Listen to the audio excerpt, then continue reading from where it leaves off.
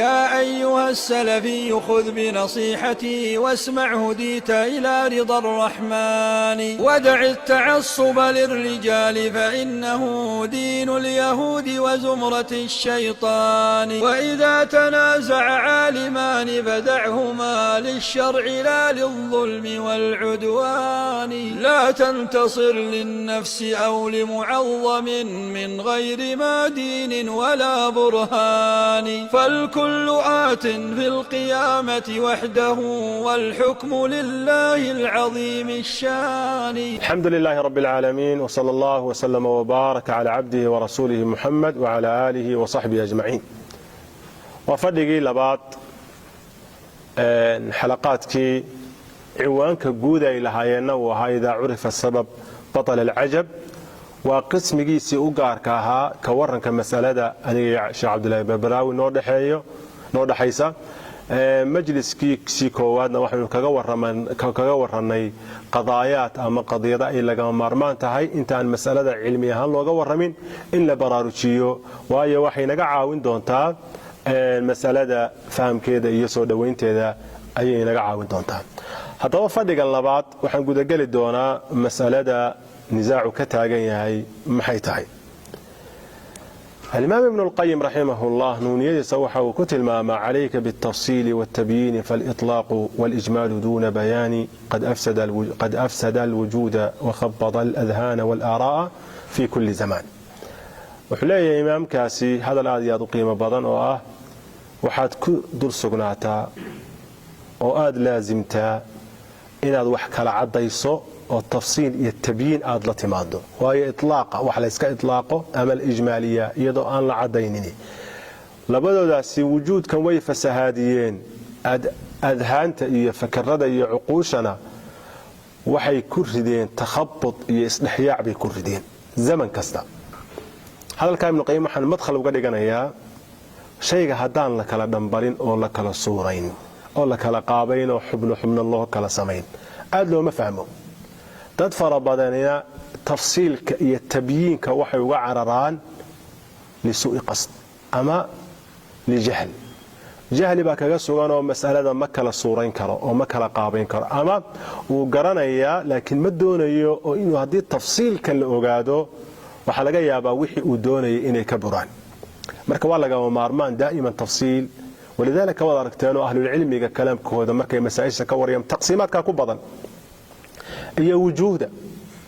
خاصة ابن القيم هي شيخ الإسلام ابن تيمية مركي وحكا ورميان تفصيل كي كد دالان وحي كد دالان سي الصورة أسود دواتو لو فهمه وقفك وافق سنة إساقو قرانيا ووافقك جيدا واعتراض إساقو قرانيا وحكو اعتراض ينوو كانوا هذا وحي لنا هي مسألة دني وحي لنا هي لبا الصورة وموقش بضل مسألة دني يو شيخ عبد الله البراوي نور حيسا إن بضن kilibadiisii ugu dambeeyay iyo intaan hawshan kicin qaar ka horeeyayba wuxuu aad ugu celceliyaa inaan aniguna mas'ala ka waramayo isaguna mas'ala ka waramayo ana fi waad wa huwa fi waad idan wax khilaaf oo dhaxayaaba inaan jirinba ee ay tahay aniguna inaan waadi gooniye iyo wada gaara marayo oo isku mas'alaba aan ka hadlay isaguna inuu mas'ala kala ka hadlayo taasina xaqiiqo ma laha وأنا أجيها مسألة عن كور رمي وأجيها والذي رفع السماء بلا عمد وأجيها مسألة عن كور رمي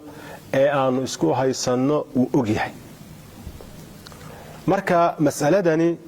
لبس صورة أو مركا وخطابة يوشق عبد الله بربراوي وضدك الله الله أما أرضيس الله الله لبس صورة ويسلح كليو أو مدينة أنا جاي يسوي إسكوها فقصنا هي حكم كذا midna ay tahay suurada mutanaazacu calayhiga ay la isku haysto labadaas mas'alo ay isdhexgeliyaa hadaba labada suura maxay kala yihiin suurada koowaad ee aanu isku waafaqsanahay waa qiyaamu jamaacati ama xukmu qiyaami jamaacatin mukhalifa li ba'd mu'taqadi ahli sunnati wal jamaa'a وتكتلوا عليه وربطوا الولاء والبراء على أمر لم يربطه الشارع أو التعسب الشديد لهذه الجماعة بحيث يضلل جمهور الأمة أو له غرض سياسي وهو المنافسة للوصول إلى كرسي الحكم مع التستر بالدين. سورة دا وانسكوا فقصنا إن هاي السورة أنصحها أو مخالفة لعقيدة أهل السنة والجماعة. هو محي السورة دو وأرر إلا صميو أرر ديميت كاس أو خلاف صن عقيدة أهل السنة والجماعة وحكمها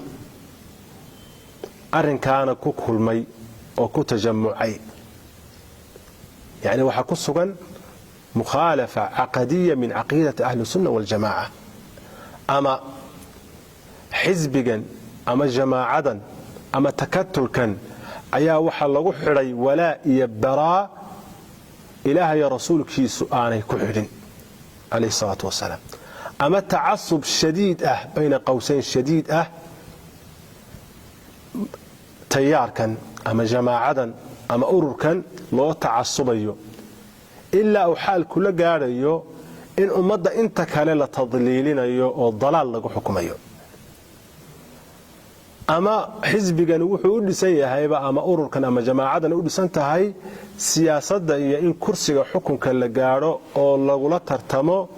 سياسيين كاله يجو مسلمين لكن وضد سياسة أمري كالا لا ترتمو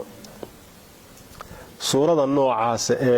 مركل يسكو علينا لبس سورة كلا يالانيسا سينو عدين دونه مركلنا سورة يسكو نقون كريسا تفاصيل يالانيسا سورة النوع عاسي isaguna uu og yahay annagu aan ogahay aniguna ma aaminsani inay saxsan tahay jamaacan noocaas hadii la helo magacay doonta la baxdo ama taxazub ku magacaw ama tafarruq ku magacaw ama takattul ku magacaw ama tanziim ku magacaw wax kasta oo lagu magacaabo magacu la yughayir alhaqiqa hadii xaqiiqadoodu sida ay tahay oo ah inay aqeedadii ahlu sunna wal jamaa ay khilaafsan yihiin ama wala wal bara lagu xirayo ama taasub shadiid loo taasubayo iyadoo umada inteedii kale la baadiyeynayo ama hadaaf siyaasi oo kursi lagu gaarayo waxa soo dhan isku soo wada daro arin sax ma aha aniguna ma aaminsani cid noo tiirisa aniga ama walaalada majlisul cilmiga wacid ku gaftay oo aan doonin xaqiiqada inay ogaato taasi waa suurada hadaba noocaasi dadka maanta mas'aladan ka hadlaya markay doonayaan cid tashwiihiyaan waxay oranayaan wuxuu ku yeeraa ama baneeyay taxazub iyagoo uga jeeda taxazubka ka aynu suuraynay hadii suuradu ay tahay annagu kuma yeedno waliba ana iska hadlaya kuma yeedho mana aaminsani inay bannaan tahay bal sida sheegi doono waa tafarruqi waxana saalixu tahay in loo daliishado nusuusta nahiyaysa tafarruqa nahiyaysa shaatibina uu tilmaami doono inuu qofku min ahli al-iftiraaq ku noqonayo idan waxaan filayaa suuradaasi inay caddahay iyo waxaan ka aaminsanahay suuradaasi marka laba shiqi bay leedahay tilmaamay shiqiga koowaad waa inay tahay mid ku salaysan أصول منحرفة وتخالف أصول أهل السنة والجماعة سدا التزامي ببدعة القبورية أو الأشعرية أو الجبر أو الاعتزال أو القدر أو غير ذلك كنوع سنة وصورة سنة وصورة أهل العلم يقول قديما وحديثا أي أدلي شدان آيات كتفرقة نهيية سدا قول الله عز وجل نصوصتنا ونصوصتنا انت بدنكو العليان لكن نصوصتنا ماشي دليلك او تahay waa suurada aynu sheegnay sida qowlkii Ilaahay subhanahu wa ta'ala suuratu an'am alla wiri innal ladina farraqu diinahum wa kanu shi'an lasta minhum fi shay inma amruhum ila Allah thumma yunabbihum bima kanu yaf'alun mufassiriinta kutubtooda oo dhan baan u noqday yani taqriiban inta adigu aan hayay مثلا aan tanaawulay oo la oran karayo waa ummahaadka kutubta tafsiirka غالبا نصوصتooda ama hadalladooda tafsiirka aayadan wuxuu soo noqonaya غالبا iqtibaasayaan hadalka imaam al-mufassirin Muhammad ibn Jarir at-Tabari ولذلك isagan cumta ka dhigtay ibn Jarir at-Tabari rahimahullah waxa uu leeyahay القول في تأويل قوله إن الذين فرقوا دينهم وكانوا شيعا لست منهم في شيء هذا الكلام اللي سبحانه وتعالى تفسير كيس وحوي طبعا آيات هذين الصومالي كفسره ina aladiina duulkii faraquu kala geeyey diinahum diintooda ama qiraa'ada kale faaraquu diinahum wa kaanuu shiyacan ahaa shiyac iyo kooxo lasta minhum ma tihid xaggooda fii shayin. nebi maxamed baa alle subxaana wa tacaala la hadlayaa oo waxba ma wadaagtaan. inamaa amruhum ila allah, arrinkoodu xagga alle ayuu ahaaday. uma yunabihum alle waa uga warramaya bima kaanuu yafcaluun, waxay samayn jireen. ibnu jariir aayadda markuu fasiraya wuxuu sheegay marka hore khilaafka quraada u dhaxaysa xarafkan oo qolana ay akhriyeen faraquu qolana ay akhriyeen faaraquu. markuu khilaafkaa ishaaray ayuu leeyahy wasawaabu min alqawli fii dalika, arrinkaa shayga ka sawaabkaahi an yuqaala waa in la yidhaahdo inahumaa qiraa'ataani macruufataani, waa laba qiraa'o faaraquu iyo faraquu qad qara'at bikulli waaxidati minhuma a'imma min alquraa. labada mid kastoo ka midana aimo waaweyn oo quraada ka mida ayaa akhriyey, yani waa qiraa'ataani sabciyataan, wahumaa labadaa qiraa'o muttafiqataa almacnaa, xagga macnaha way iswaafaqsan yihiin, hayru mukhtalifatayhi, labada macnaha qaar isku khilaafsan hayrkood weeyi. wadalika arrinkaasina ana kulla daallin mid kasta oo lunsani falidiinihi mufaariqun, diintiisa mid ka dhex baxay oo ka tegay weeyi. waqad faraqa alaxzaabu, islamarkaana axzaabtu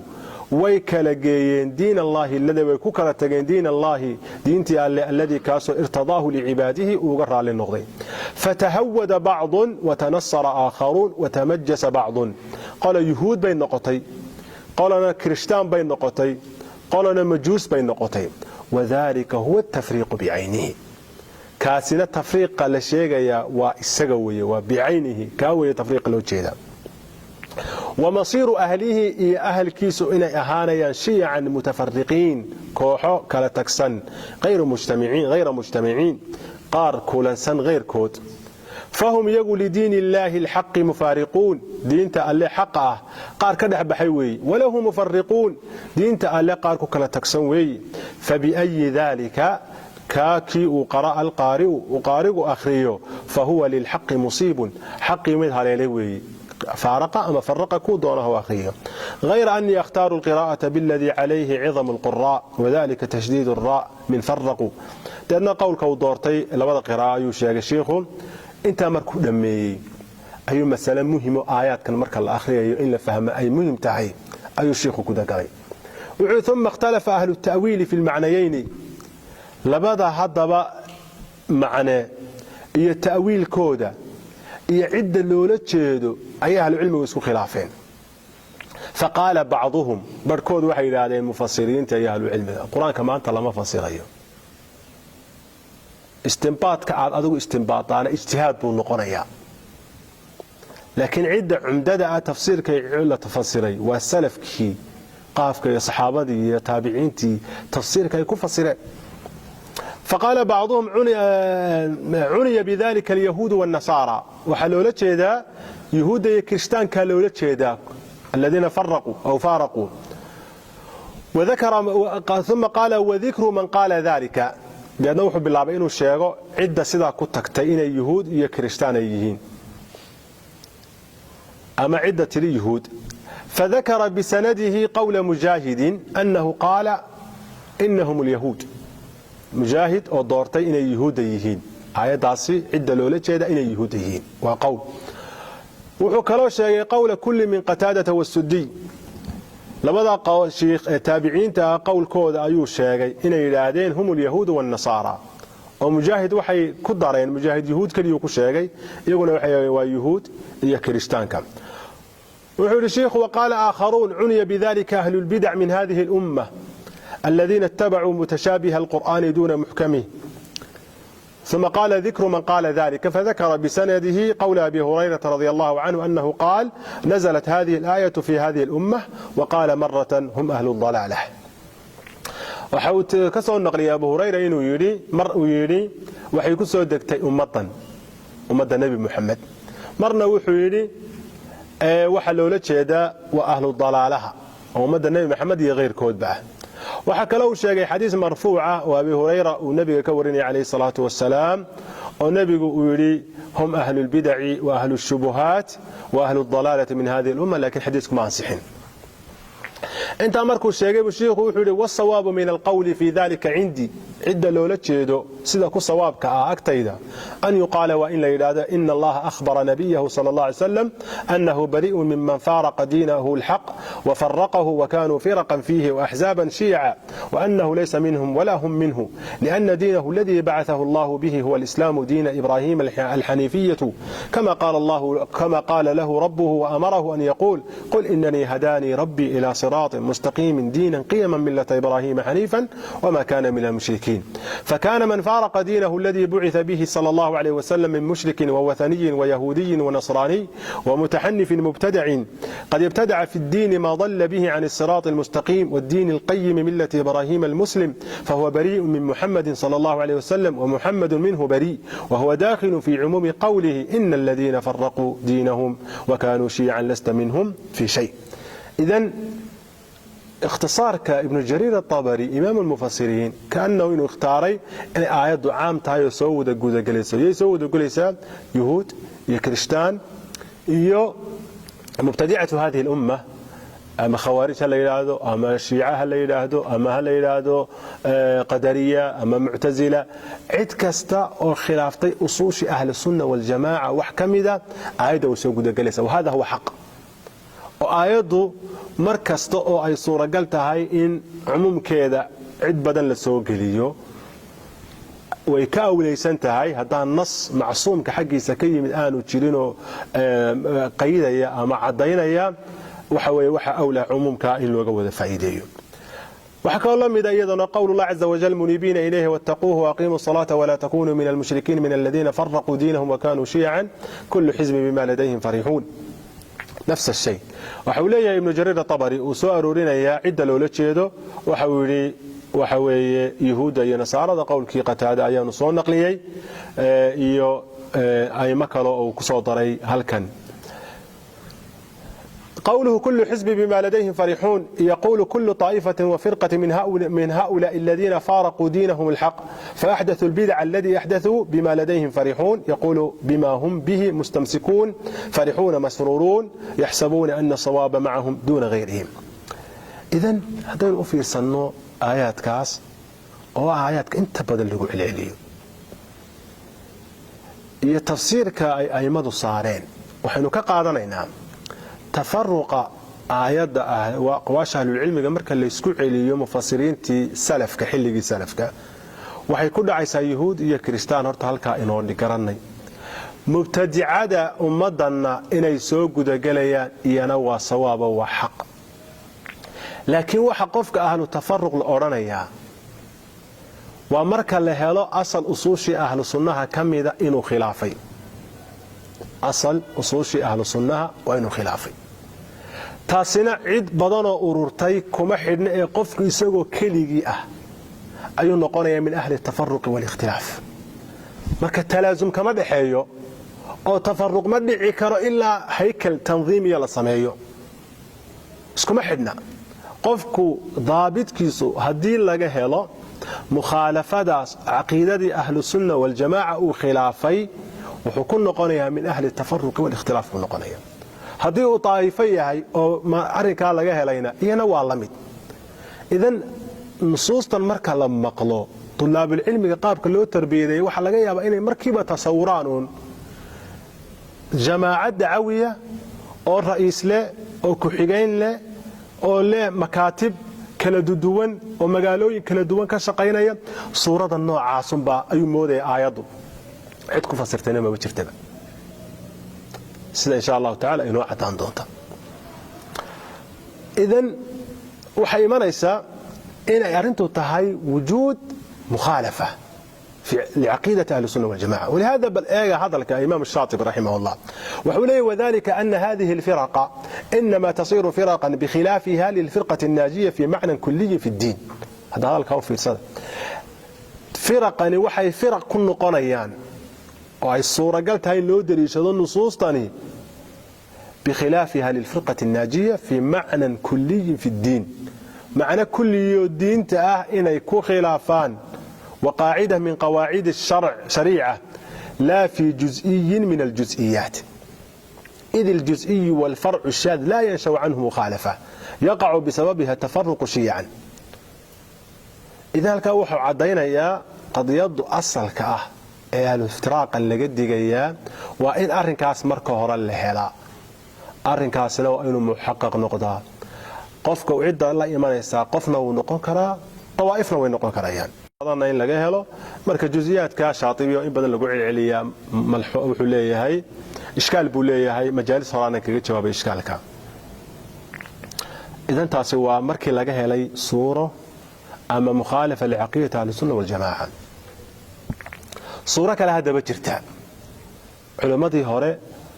iyo culimada mucaasiriinta laftooduba ay u daliishadaan oo ay yiraahdaan aayadan nasiib bay ku yeelanayaan cidda sidaa laga helo. waa maxay? waa markii laga helo tajamucani inuu ama musaaxib yahay uu leeyahay at-ta'assub shadiid bixaythu yudallilu ghayrahu min al-muslimiin bighayri haqq. oo dadkan isu yimid caqiidadoodii waaba saliimba, laakiin waxay walaa iyo baraa ku xidheen oo tacasub shadiida u sameeyeen tajamucoodan iyo ururkooda ilaahum masaajid kaliya ahaado. masaajidkanay waxay ku xidheen walaa iyo baraa bay ku xidheen. ciddii masaajidkan intimaa u samaysaana fahuwa min ahli alxaq, ciddii masaajidkan ka fogaataana fahuwa min ahli albaatil, iyadoo muslimiintu masaajida kala duwan ay leeyihiin. arrinka noocaasi waxaan horena u sheegay majaalis badan, khaasatan qabla taqriiban 10 sanawaad muddo ku dhow. waxaan ka baqayaa baan ku yidhi ciddan ka digaysa ee ku celcelinaysa tafarruq baa lagu dhacay, suuradan ay tafarruqa ku sheegayaan inay tafarruq noqon weydo, iyagu tay mumaaraseeyaan oo suuradan ah inay iyagu ku dhacaan oo noqdaan ahlu tafarruq wal ikhtilaaf, sida hadalka sheekh Saami Taymiya nagu iman doona. oo qofku marka uu yiraahdo intayadan baa salafiyiin ah, jumhuurul ummana uu tadliilinayo, aniga ahde xujo ma aha,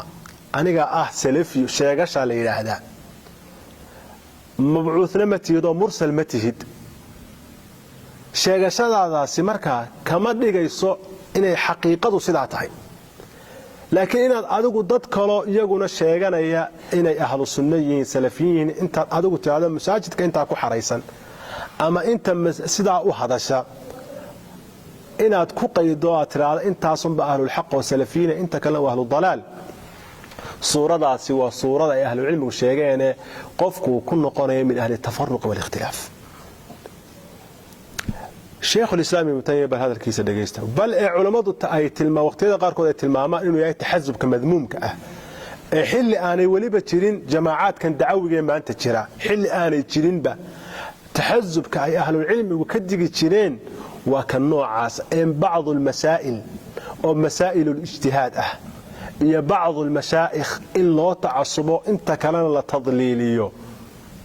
وكي علماء كدق تشرين وأنا حق إن لو دليشدون نصوصا وأهل العلم قاعد دليشدين.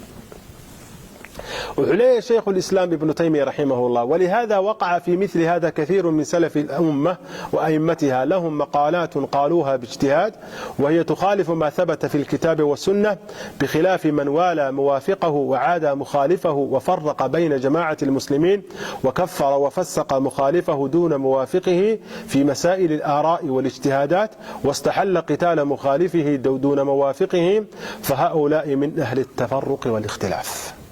عليه شيخ الإسلام ابن تيمية مسألة كورمية طبعا خلاف أهل العلم سلفا وكدح دحي وعليه تاي قار كلو لم يضفر بدن با سلف كي امدن يا مدودو اي اسو خلافين مقالات اي لهايين مقالات كاسو اجتهادا اي يراهدين تاسو وليبا اجتهادka ay yiraahdeen kitaabka iyo sunnada uu khilaafsan yahay yani marka waana la isugu cudur daari jiray taasi waxay khilaafsan tahay buu yiri qofka عدة إسقى وافقسنا وحوي موالات الصمية سود ويستا لا الله يتمع عدة إسقى خلافا جماعة المسلمين تنكلا كحية أو قاليسية أما تفسيقية مخالف كيسة مركا على هبل السلفي ما هو تفسيقي وفسق لبد نوع بوليه فسق متأول وفسق غير متأول فاسق متأول هي فاسق غير متأول فاسق غير متأول هو مبتدع النوع لو يقال وكفر وفسق مخالفه دون موافقه محو كنت تفسيقنا في مسائل الآراء والاجتهادات مسائل آراء اجتهادات أهل العلم وإسكو خلافين واستحل قتال مخالفه دون موافقه كذب نبا نيستي إنه لا دغالما عيد خلافسن دون موافقه بري هوري oo muddo hore imika laga joogo 10 sanadood hadaan ka badnayn ba ayaan waxaan iri hadal beriga ragan ku iri aad uga boodeen waxa ku iri qoladan walaga yaab hadalku yara qaasi yahay laakiin horaan u cudur daartay oo loo baahan qaswada waxaan ku iri qoladan ku celcelinaysa dadkii salafinimada ka saaraysa waxay la mid yihiin shabaabkay la mid yihiin qoladan shabaabka la yiraahdo munxarifiintii la mid yihiino qolana waa gacan ku dhiiglayaal qolana waa af ku dhiiglayaal qolana dadkii bay xabad iyo qarxin ku dilayaan qolana carabkay dadkii ku leynayaan waa hada qaasi ah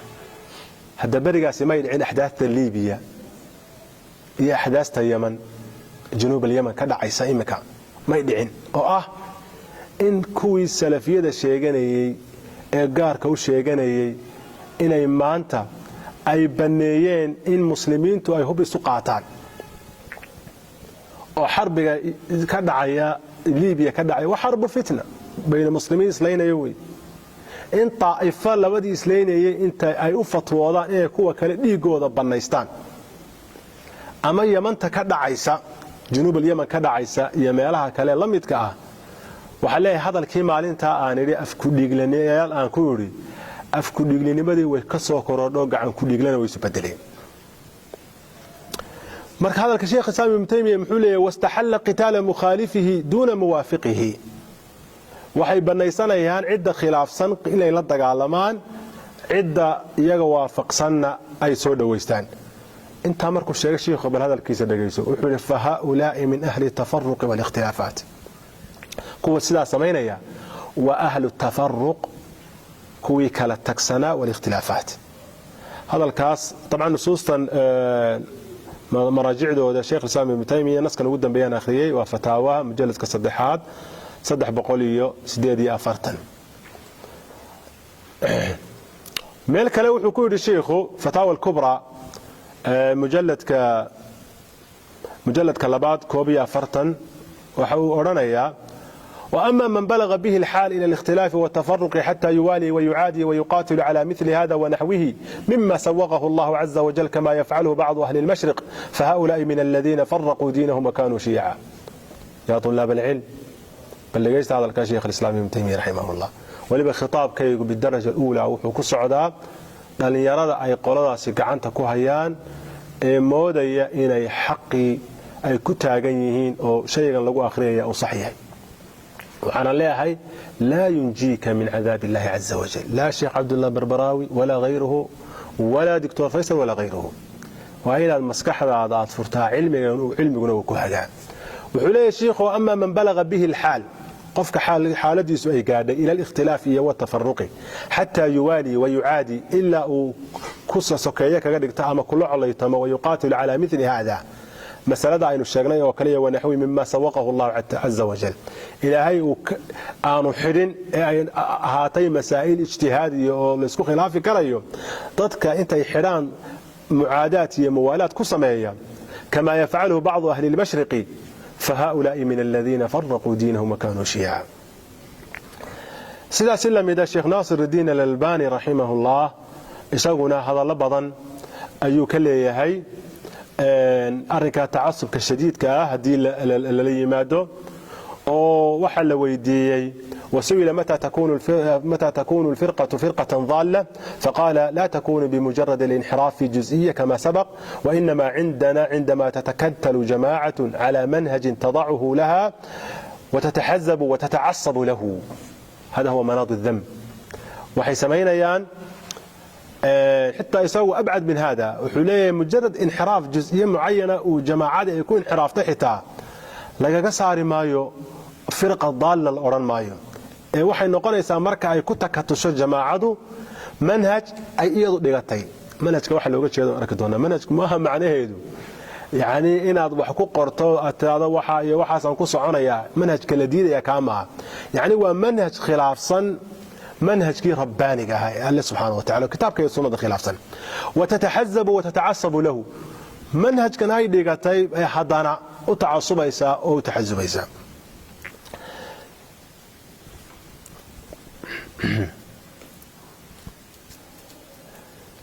لكن شخص كمida جماعaadka ama جamاعة معayنة تacasubka isagu ku dhaco جamاعada kula noqon maayo inay noqonayso جamاعة tacasub ku dhisan taasna waa muhim oo qof kamida ayaa tacasub la yimid shakhsi ah kula noqon mayso جamاعadu inay ku tacasubtay waxa weeye arrinka fardigaasi uu sameeyay شيخ الإسلام رحمه الله إن بدن با waxa uu tilmaamaa hadalladeen sheegnay qeyrkoodba in tacasubku hadii cid ay matalayso oo tacasubku shadiid iyo daabidka uu leeyahay in lagu tabdiicinayo cid la timaada xitaa culimada qaarkood waxay soo gudageliyaan mutacassibatu almadahib madahibtan fiqiga ee xanafiyada iyo shaafiiciyada iyo maalikiyada iyo xanafiyada cid tacasubka ku timaada in iyaduna soo gudagelayso bal ابن حجر الهيثمي أو شافعي أها وحو كتري كتاب كيس كبائرته وحو كتري من الكبائر إنه كمتاعي وما كترين يبحر ومنها كبائرته وحكوا كمدا التعصب للمذاهب والأهواء والحقد على الخصوم والنظر إليهم بعين الازدراء والاحتقار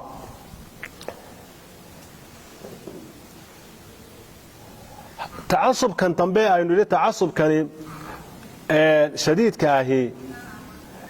wuxuu noqonayaa mid loo daliishanayo aayaadkii tafarruqa nahiyeysay wajiga loogu daliishanaya waxa weeye li'anna tacasubkaasi wuxuu ka hor imanayaa musaadamaynaya asalkii ah ijtimaac ala alxaq oo ilaahay subxaanahu wa tacaala uu amray in la ictisaamo oo kitaabka iyo sunnada lagu walaaloobo marka qofka tacasubka shadiidka la imanaya intuu kitaabkii iyo sunnadii ictisaamka la amray ka tago ayuu wuxuu u tacasubaya aaraa iyo waxa weeye waxyaabo kale ayuu ku xidhayaa wadaagi marka halkaas ayay ka noqotay mushaabih kala noqotay inuu khilaafay caqiidadii ahlu sunna wal jamaa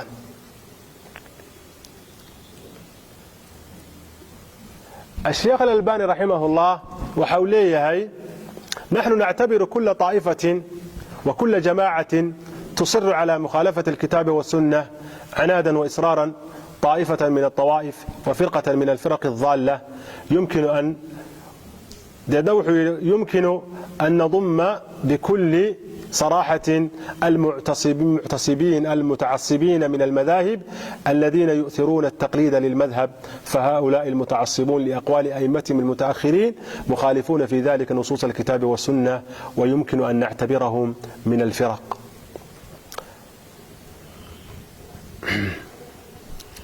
إذن halka waxaynu ka ogaanay ama fadhigii labaad aynu kaga waramaynay mas'alada noo dhaxaysa aniga iyo Sheekh Barbaraawi fadhigeedii labaad ciwaanka guudna soo hoosgalaysay ida urifa sabab batal alajab majliskeedii labaad halkaas ayuu inoogu joogayaa wallahu ta'ala a'lam وصلى الله وسلم وبارك على عبده ورسوله محمد وعلى آله وصحبه أجمعين